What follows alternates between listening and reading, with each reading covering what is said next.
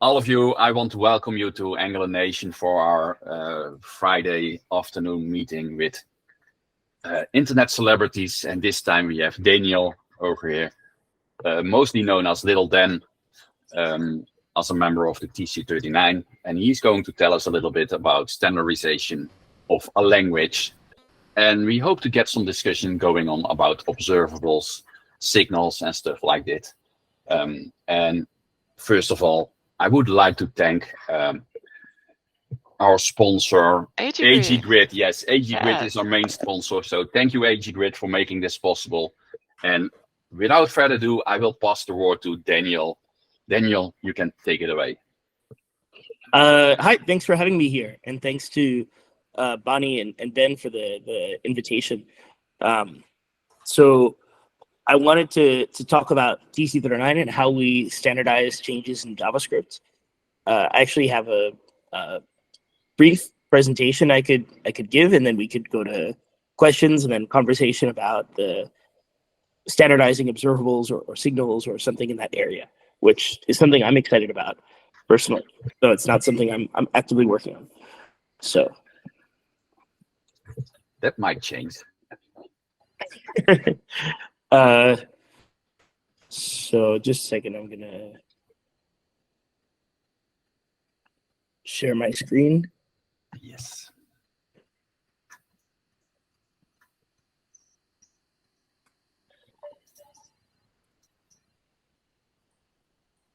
Okay, can you see the slide? Yes. Yep. Great. So TC39 used to be the European Computer Manufacturers Association. ECMA did. So ECMA is a technical committee of, TC39 is a technical committee of ECMA International. And ECMA is a standards body. They work with ISO, just like the W3C does. There's a bunch of technical committees, and we're the JavaScript one. So we developed the JavaScript standard. It's just in a GitHub repository. There's like a detailed HTML document. We have this kind of certain extra elements made for standards. Some of it's kind of markdown. And we developed a few different standards. One is the JavaScript spec. There's a separate document specifically for Intel, for the Intel datetime format. Most of the work happens on GitHub. You can go to github.com/tc39/proposals to see a list of all the different repositories where we develop things. And we also have 6 meetings a year. Those are for members of ECMA as well as invited experts. If someone's interested in being an invited expert, it's an open process. Please just get in touch with me if you're interested. But most of the work really is open to the public, or at least the public who's willing to kind of sign on to the intellectual property release forms that we have to contribute basically through the whole process. So we have this proposals repo with different things. We produce this huge HTML document. ECMA really likes this to be published in PDF form as well. Apparently they print it as books that are archived somewhere. I don't know. But when it's in that form, it's like, I think it's more than 1,000 pages long. Kind of ridiculous. So we have these meetings and they go through, we have an agenda where we talk about different topics. Proposals are at different stages that indicate kind of how advanced they are. When something's stage 1, it's just under discussion. When it's stage 4, it's part of the standard. And we go by consensus. We say, we try to achieve consensus on changes, including stage advancement. So yeah, who gets to be part of TC39? I feel like there's this idea floating around, like you can only be part of TC39 if you're in a big company or if you're like the world expert on something. But first, to the latter, it's totally not true. There's no test that you have to take. I don't think there should be. Everyone can participate online. And that's where most of the work happens. And then for the meetings, they're for members. They're members from all these different organizations that are kind of key to JavaScript and the web and Node.js. And historically, there have been a number of people from Angular who participated in TC39 as well. And it would be great if people from Angular came back again. I'm in some contact with some people in the Angular team, like occasional contact. So Google is represented, and they talk with the Angular people as well. But it would be great to have more direct participation as well from anybody, because everyone's able to participate. So I mentioned we have stages. Sometimes we refer to something as stage 0 when it's just an idea that hasn't even been brought to committee. Stage 1 means the committee decided that we're going to talk about it. Stage 2 means we have a strong first draft, and we kind of agree that we want to go ahead with the feature in this area, but we might make significant revisions. Stage 3 means we really have a final draft, basically, and it's time to start implementing, to get experience from that, to see if any changes should be made.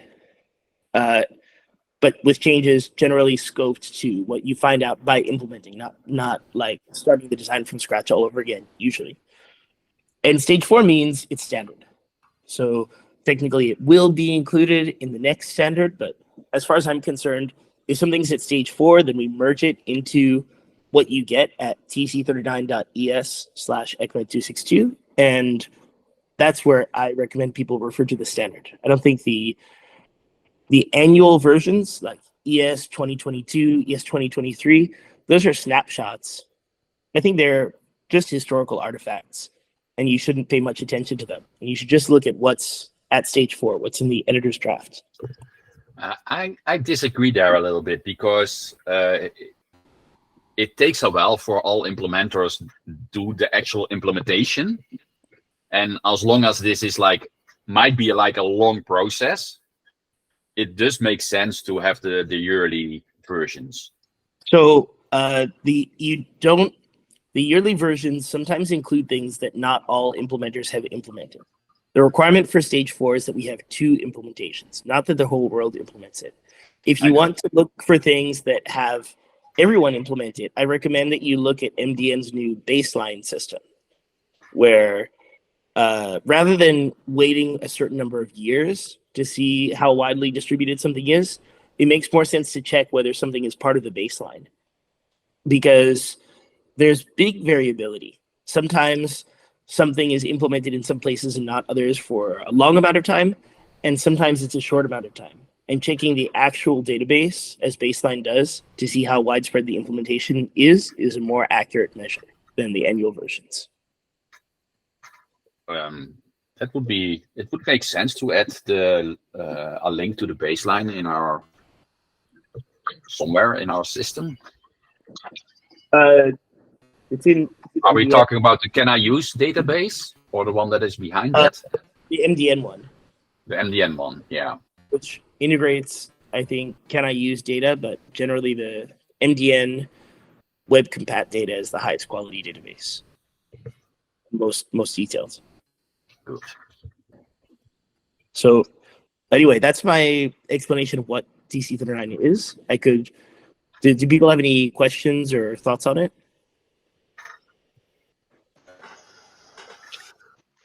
I have a few, because that's what I'm here to do. Go ahead. Hey, love the presentation, by the way. It's plenty of things that I've always asked myself as I'm browsing through the ECMA, standards. And as you were going through the agenda, I was thinking if that agenda is publicly available, and if regular folk like myself can just join to any of the meetings and sit there and listen. So those are 2 separate questions. The agenda is published, and the notes are published.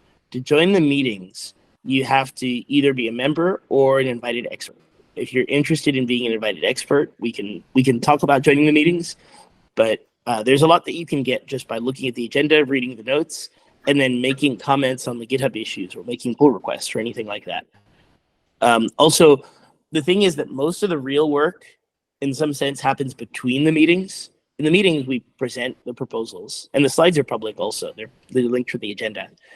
And we have some discussion about it. So to go and make a comment during that synchronous discussion, you can try to become an invited expert. But generally, it's more actionable for people who are leading the proposals if you make the comments through GitHub issues, because then they have time to like respond to it and like make changes. Whereas the synchronous comments, they mostly kind of add to-do list items to handle later. So does that answer your question? Absolutely. Thank you. I don't know. Does that sound sufficiently open to you? Am I like just making excuses for the lack of inclusion? Oh, no. That's good. That's good. I mean, I cannot imagine how large those meetings would be if anyone who's interested would be able to join.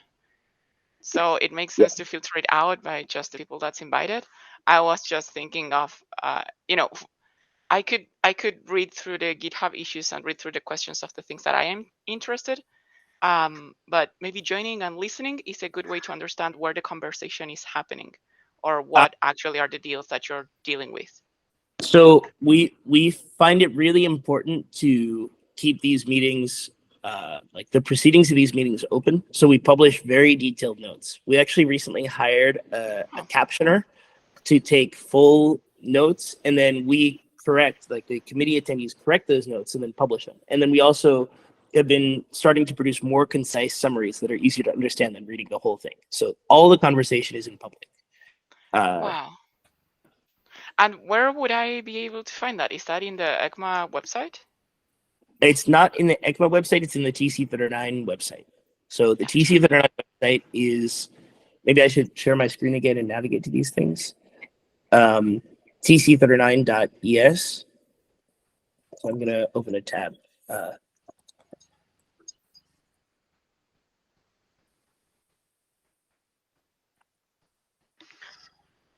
That's friendly. You even have a contributor guide. Oh yeah, we worked hard on that. And there's a join ECMA link. That's am I weirder sharing than this? I thought. No, You're not sharing yet. I think I had some issue with that. But yeah, if you go to tc39.es, you can see a list of recent proposals, a description of what TC39 does, and also there's a how we work guide. So we have the contributing.md file that's linked from the website, but if you go to github.com/tc39/how-we-work, then you get a much more detailed guide of how to contribute to TC39. If you want to see the agendas, you go to okay, I'm going to try again, sharing the screen. Okay. Are you seeing the screen? Yeah. Yes. Okay, great. So here's the TC39 website at tc39.es, and we can see specifications, how to contribute, and a kind of summary of the state of proposals. There's a lot of things at stage 3. So stage 3 means we're sort of almost done. We have the specification, we have the design worked out, and now it just needs to be implemented in JavaScript engines. We have a link to the JavaScript specification. If you want to contribute to proposals, there's this contributing.md that we have, but the how we work repository, you can see the URL here, gives you a lot more detail. See, there's all these different documents about how to join, how to use different communication tools. We use Matrix for chat. If you want to see the notes, they are here, which is even around minutes, and they're very long. That's more information that I know what to do with, Yeah, are you interested in any proposal in particular? Maybe we can go into more detail on it. Just on the observables one, which is the deal of this meeting today. Yeah.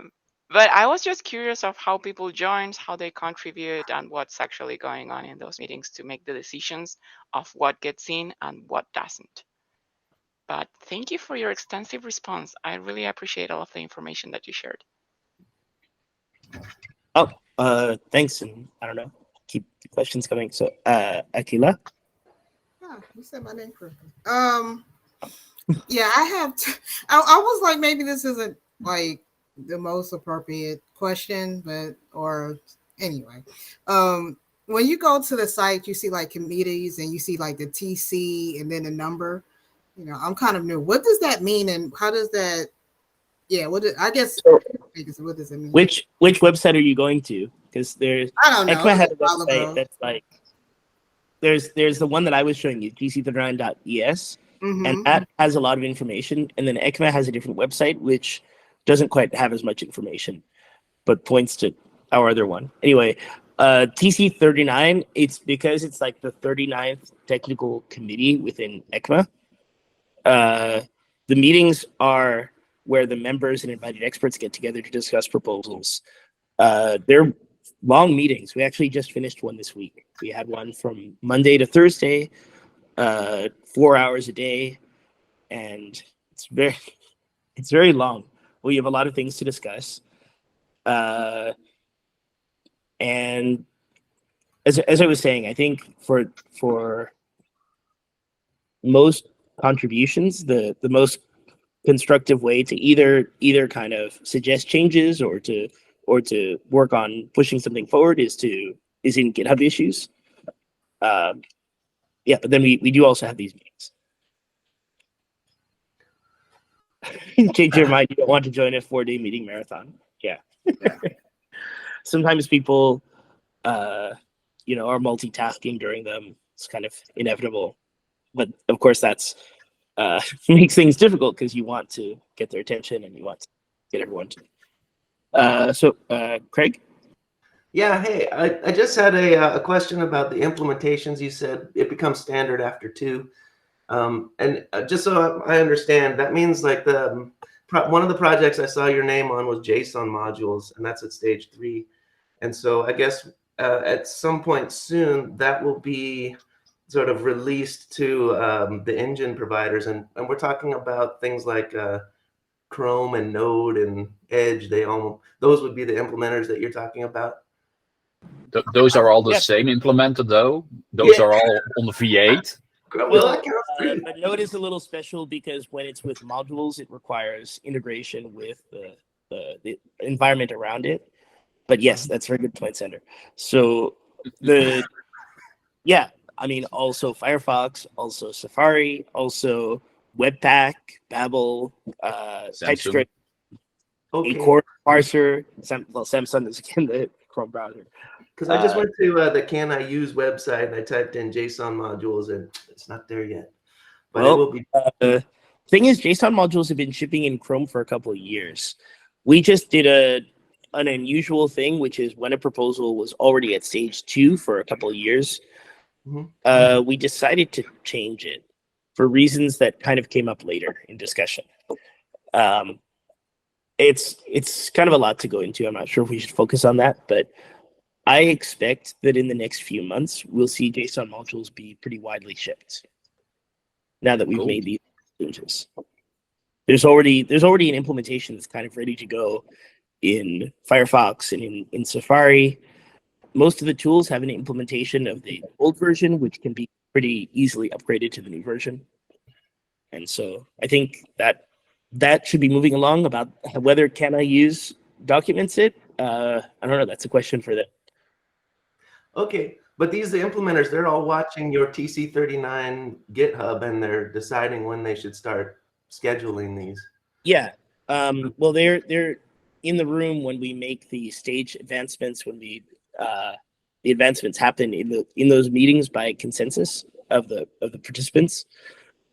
So yeah, they're watching. We also try to keep issues on when something's already at stage 3. We often keep issues in the repositories of the different implementations, and so we're trying to do a better job kind of reminding them there so that it's more visible in case there's any kind of gap in communication. Yeah, sure.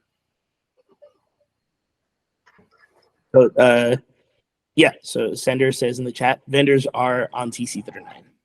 at least for the browsers. They're all there. A bunch of the tools are there. We've made and Node.js is there, but it's sort of like that took a while though. There is a story there that might be interesting to talk about before yeah. Node was entered to TC39. Getting Node and the tools in TC39 was a big effort, and it was kind of complicated because it wasn't just a question of getting someone in the project. It was beyond that, it had to be like that, because there are diverse views within the project, that there's kind of representation and understanding of the more broader consensus of the project. Sorry, Tito? You have your hand up? You're muted. Can't hear you and barely can see you.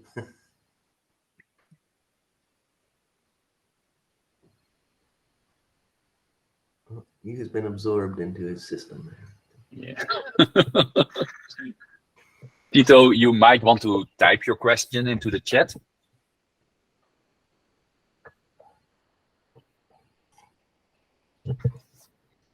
I really participated in quite a number of proposals that are already done now. So it is really possible to have some influence there. So if you want to talk about the subject, if you feel strong about observables, go to the good things, read what is there before you start commenting.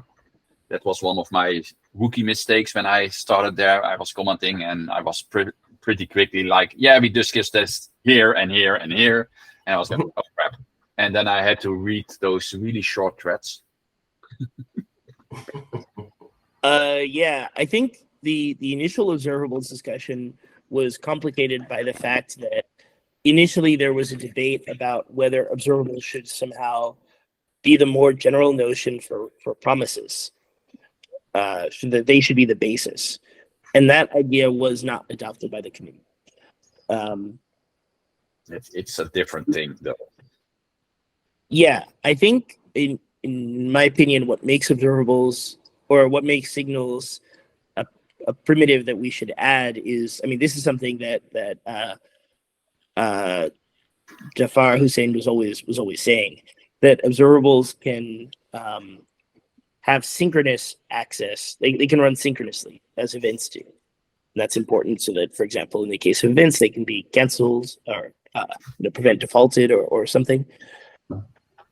And I do think there is broad interest. Oh, hi, Ben. We just started talking about observables. You're muted.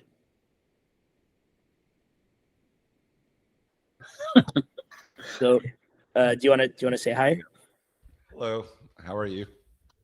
Good. Good. My voice is going a little bit. I've been under the weather this week. Oh, that's too bad. Actually, I've been under the weather as well. Natalia, what do you have a comment or question? Hey, yeah, but I just noticed that Tito rejoined and he posted his question in the messages, so maybe we should address that first. Yeah, of course. So what are the criteria for a proposal to get past every stage? I would say consensus. Yeah, but there are also specific criteria that correspond to the stage. There is a list of those in the TC39 website. That's right. I'm going to present that list right now. Did you tell them about the fancy headdresses that people wear at the meetings or anything like that? We made some TC39 hats. They're like baseball. I was actually joking, but I didn't know you had made hats. I will say there are a couple people when you go to the meetings I went to, which has been a long time. It's been about 4 or 5 years, but there's a few people when you go there. There's these guys, these older guys that they look like. In order to get them to show up, you have to like get a magic staff and walk to a lake and chuck it, and then it'll fall in the lake, and then an old hand will grab it and he'll climb out of the lake and don his robes. And then there's a couple people that look like that. Yeah, we have You know, different people, different personalities in committee. I think that's a good thing. That's So here's the TC39 process document. You can see it at tc39.es/process document. This is sort of like our constitution. We can make changes to it by consensus, but of course that's quite challenging. So we have definitions of the stages, ideas about consensus. So in general, for each stage, there's like a description of the purpose and entrance criteria. So the entrance criteria are what we need to reach this stage. So for example, to get to stage 4, we need test 262 tests. Test 262 is where we store what's called conformance tests to test whether a particular JavaScript implementation conforms to the specification. And this is just another GitHub repository. There's a lot of tests. I don't know, to test every little thing. This project was started by Microsoft and then continued by Google and then Boku and Igalia, but really it's had very broad contributions. If you think you found a bug in JavaScript, write a test that shows it and add it to this thing, do a PR. They will merge it if it's like a real bug. Oh yeah. That is true. Yeah, so it's just another GitHub repository with issues and pull requests to I don't know. So for example, for array grouping, we had I imagine people might be excited about this. Well, I'm excited about this. I shouldn't speak for everybody else. But object, so this subsumes this Lodash method or a couple Lodash methods.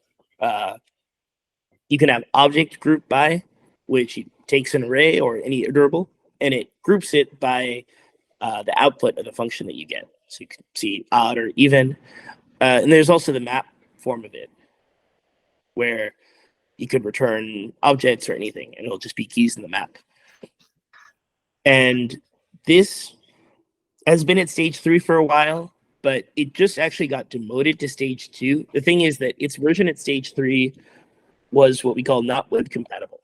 It broke the web when browsers tried to ship it. There were a bunch of websites that depended on there not being array methods of certain names.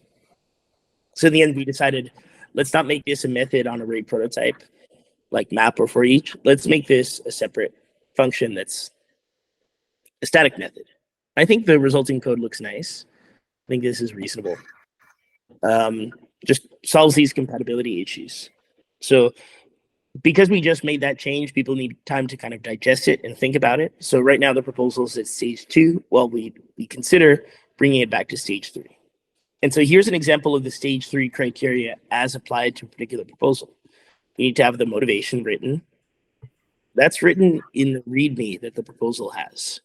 So, where it says readme.md, here's sample code, explaining the motivation, explaining, oftentimes this explains other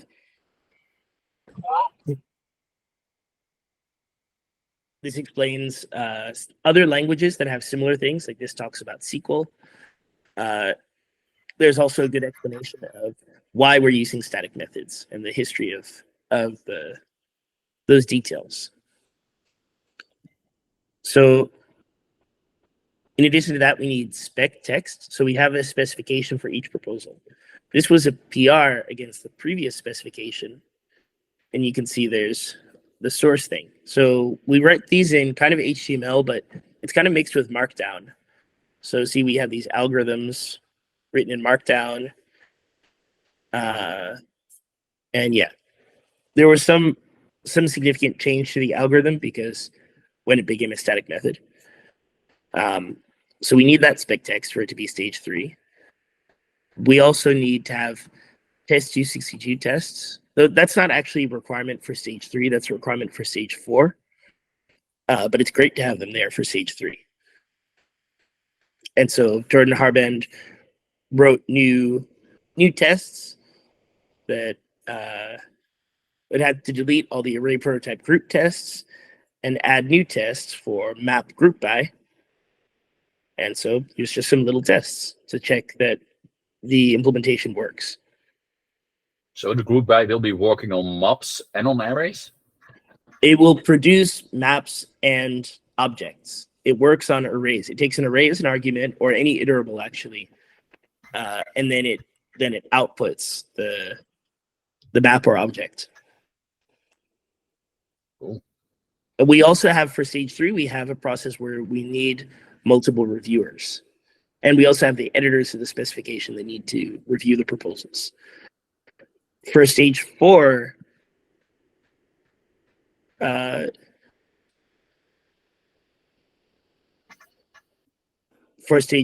we have these, we require the test use case tests, and we require multiple implementations which pass the tests.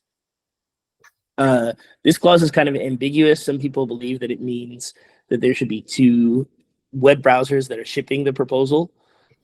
And other people believe that they should have it behind a flag. Anyway, we end up doing something in the middle. And for stage 4, we have a pull request against ECMA 262. So, this being a normal GitHub repository, we have, a pull request for proposals. Like, this is import attributes, which is part of the basis for JSON modules. And it's just a PR. You can see it right here. It's a bunch of changes to that big document. Does that answer your question, Tito? Yeah, it does.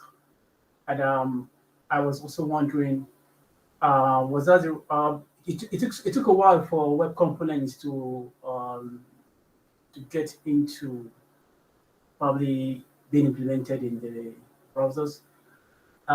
If any proposal gets to stage 3, is it really going to get implemented, or is it us to go through? It's not a certainty that it's going to get to stage 4, right? There's some proposals that got to stage 3 but never got to stage 4. That's right. It's pretty rare, but it does happen sometimes. For example, SIMD.js. This was the first proposal that I worked on, to add SIMD to JavaScript. In the end, we decided it made more sense to add SIMD to WebAssembly. So even though the proposal got to stage 3, we continued with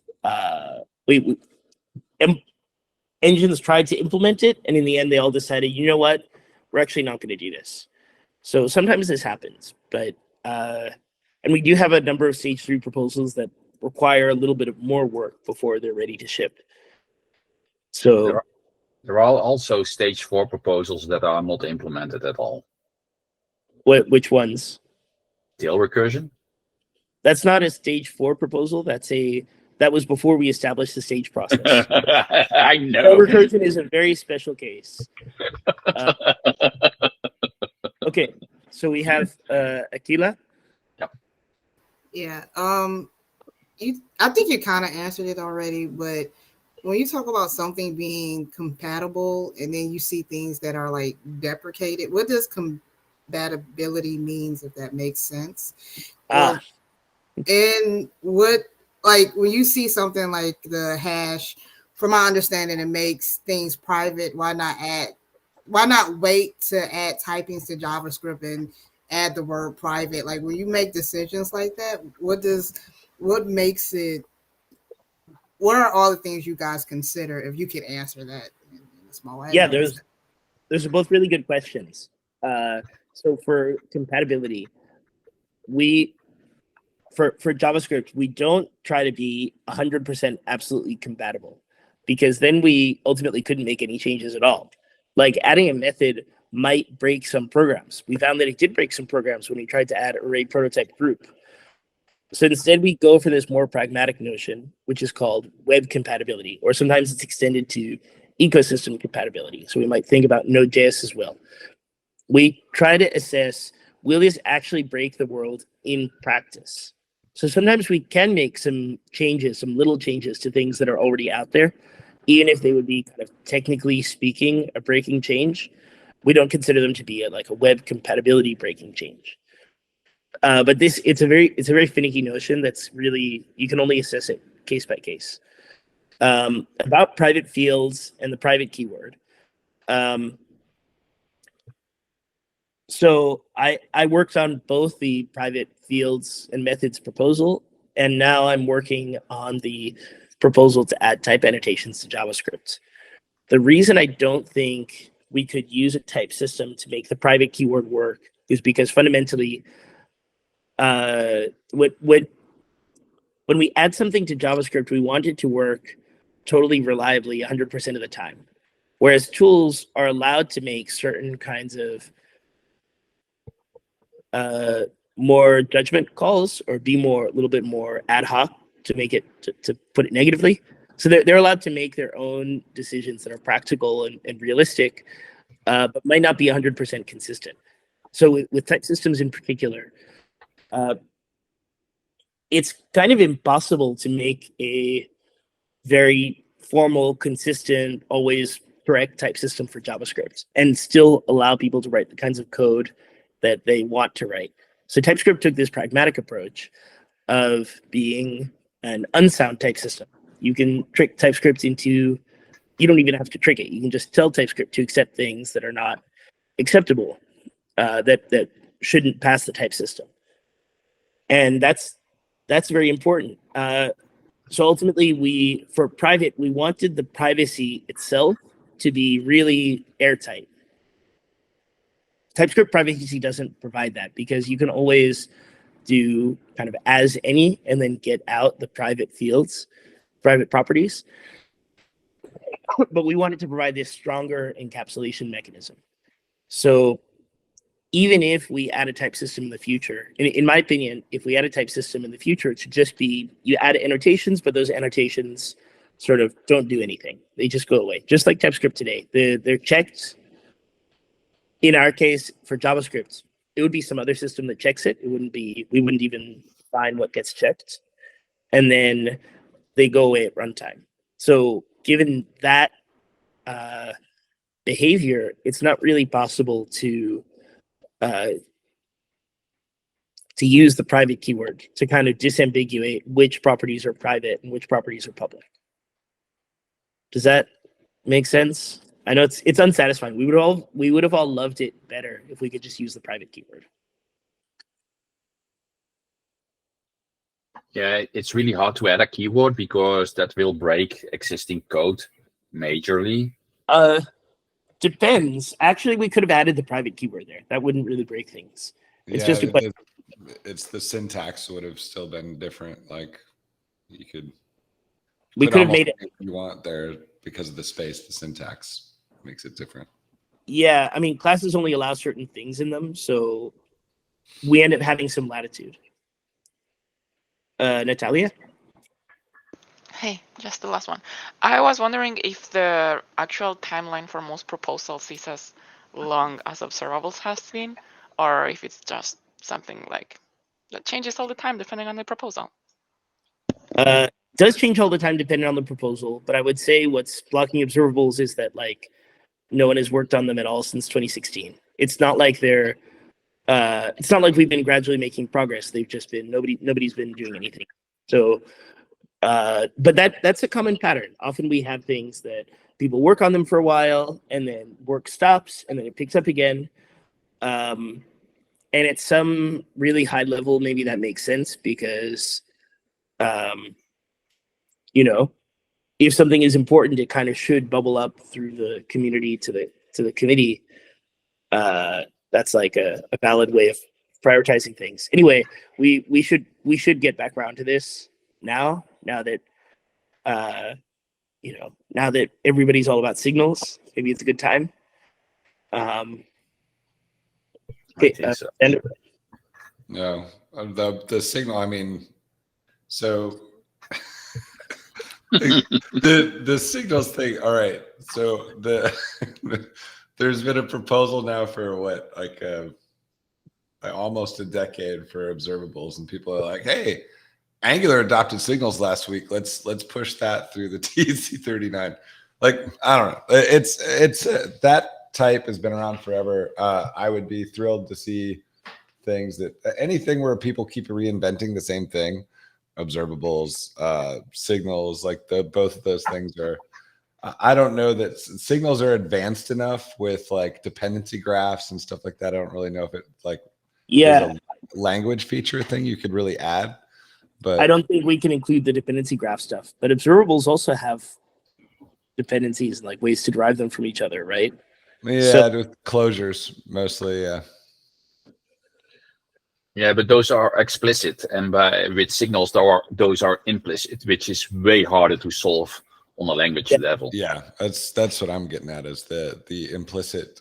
Well, I mean, there's been so Ember.js had signals long before anything else, and they were explicit. Like you explicitly said, this computed thing depends on it. But like, you know, again, that's like there's a whole algebra to that where like observables are just fancy functions more than anything else. They're functions with some guarantees.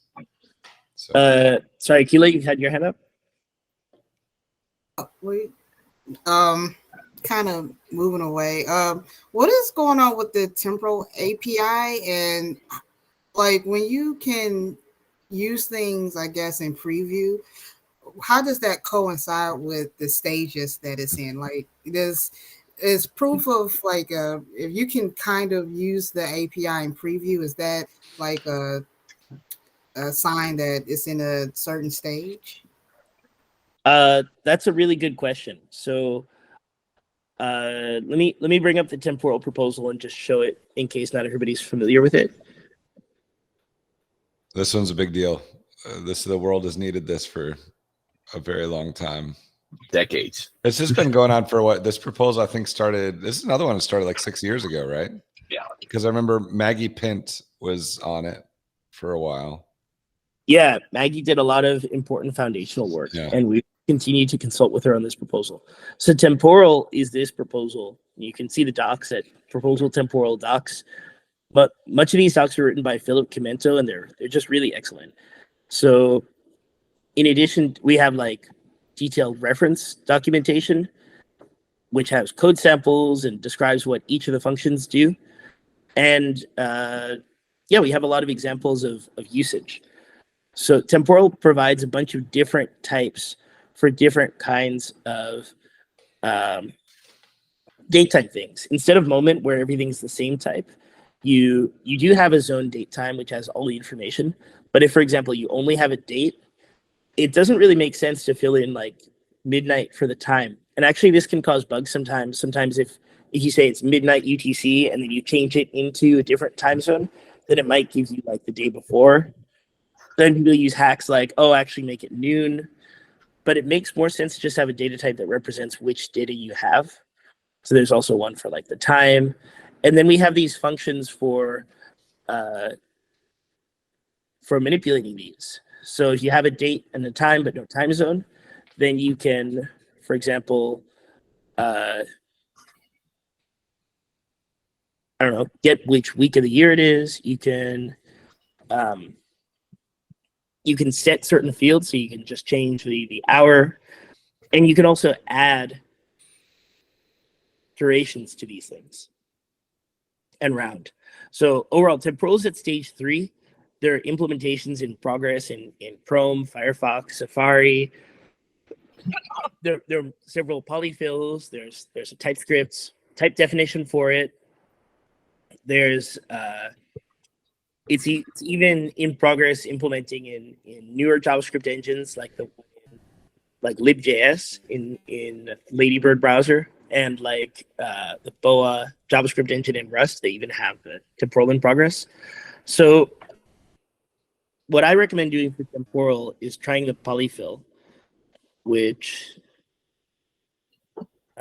you can do if you're in any of the temporal docs. Then the polyfill is injected into the DevTools console.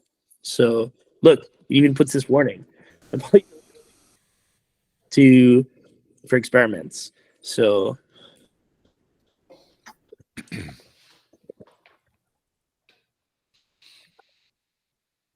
sorry.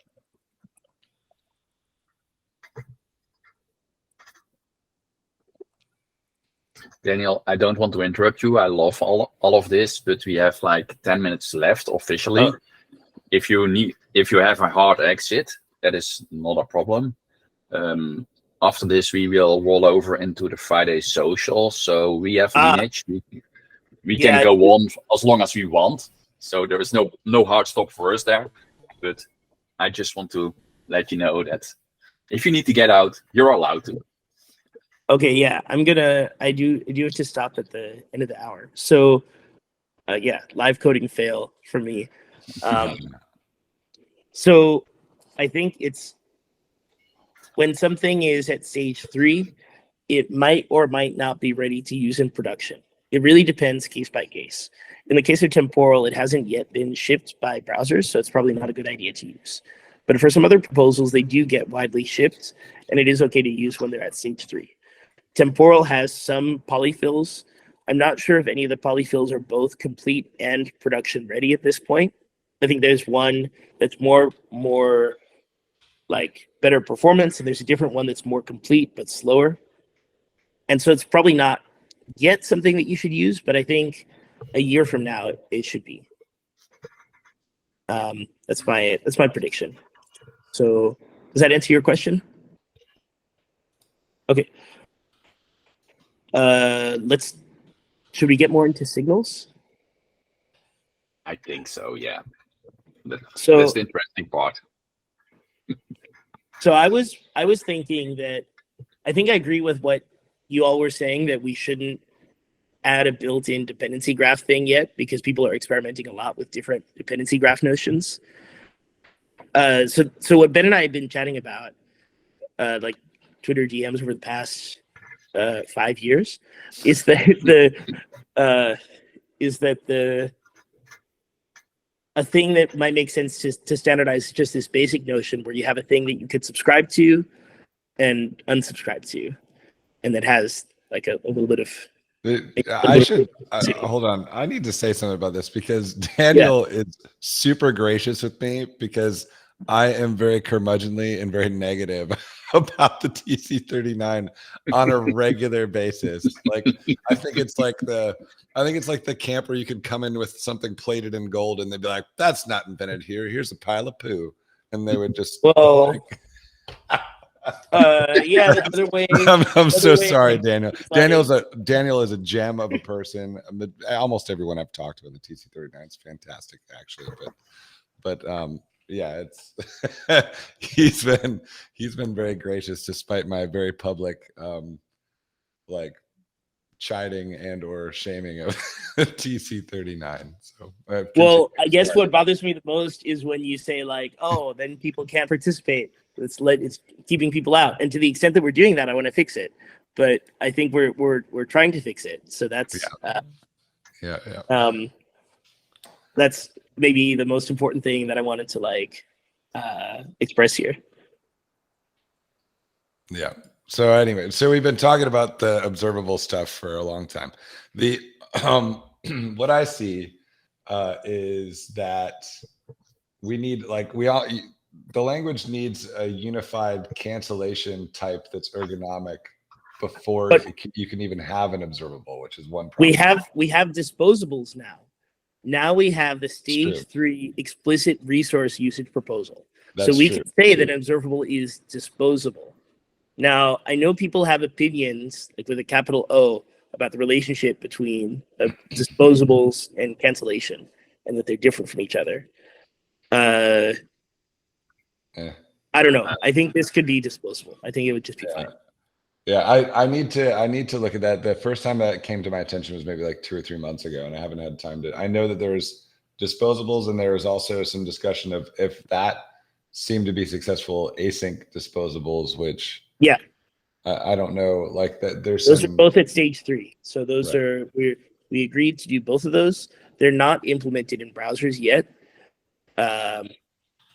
So one of the many ways that you can participate in TC39 is the implementations, all of them these days, or almost all of them, all the browsers at least, and most of the development tools are open source.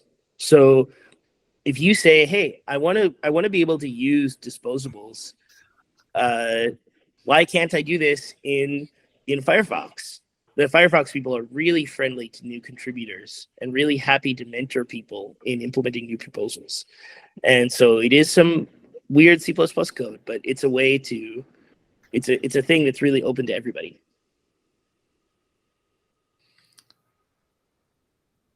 Yeah, I'm still looking like the only thing with this. All right, so let's talk about disposables really quick. Can we talk about that? Yeah.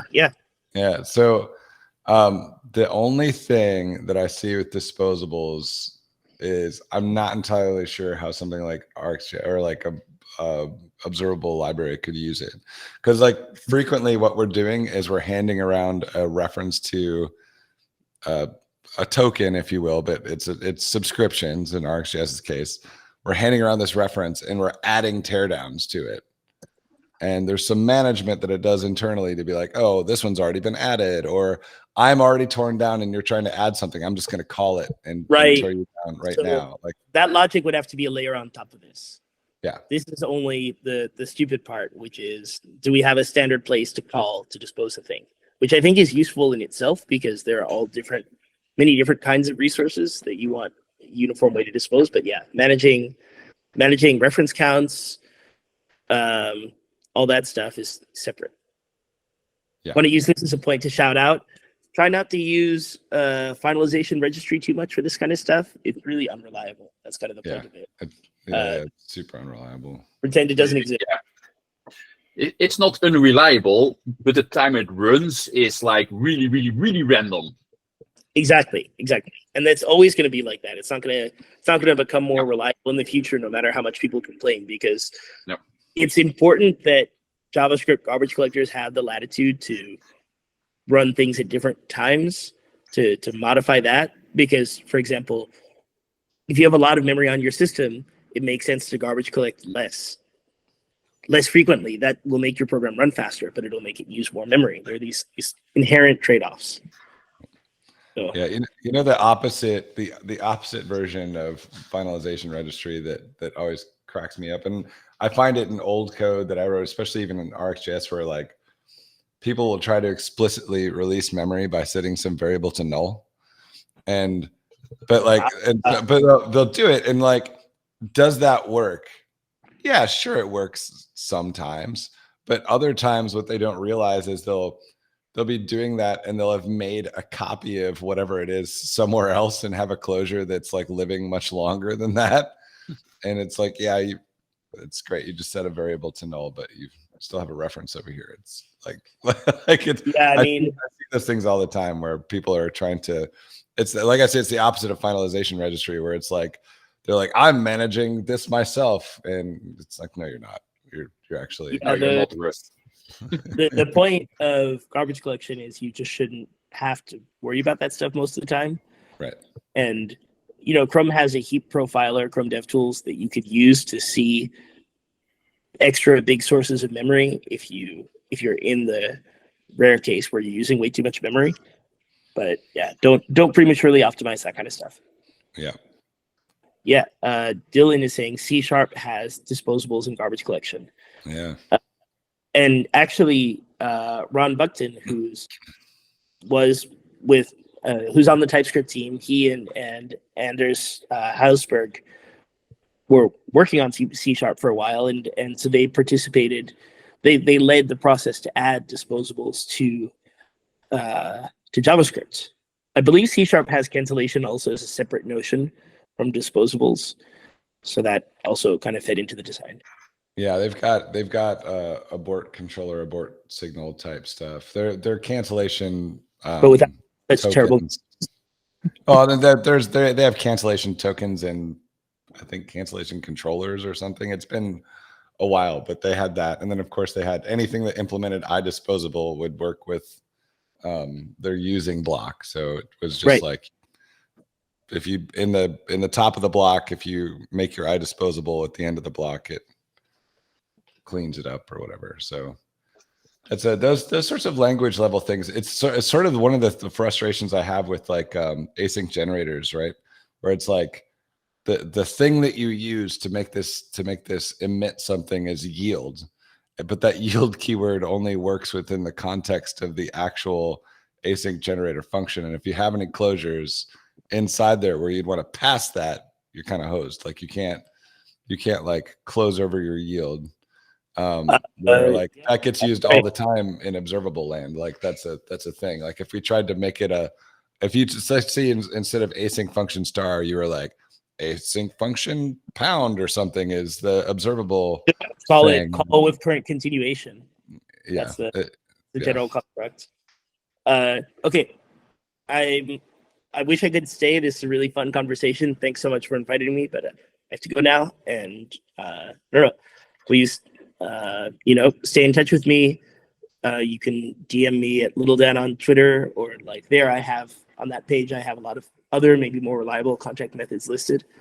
And thanks for your interest in this area and for the interesting questions. Yeah, over here we have like a small tradition when we have our guests. So I think it's about time that we will do that. We all come off mute and we'll thank our guest. Oh. So. Thank you. Thank you. Thank you, Daniel. Thank you, Daniel. Take care. So, time, it was nice having you. Again, thanks AG Grid for sponsoring this. And with this, I will end the recording. If you want to hang out here, we are going over in the Friday social now. So we still have a little time. Yeah, I would love to, but I have to go. So